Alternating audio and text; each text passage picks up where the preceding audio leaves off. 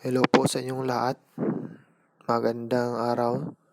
Ngayon, ang gagawin natin sa bidyong ito ay kung paano magsagawa ng update function gamit ang C# at saka yung backend natin ay SQL Server. Kung magtanong kayo kung paano mag-connect ang gamit ng SQL Server, kung paano mag-set up ng database at saka ililink natin yung connection natin sa C#, may ginagawa po akong video. Ito po ay C#, how to connect SQL Server using C#, part 1. Tignan lang po yung part 1 ng video na ginagawa ko.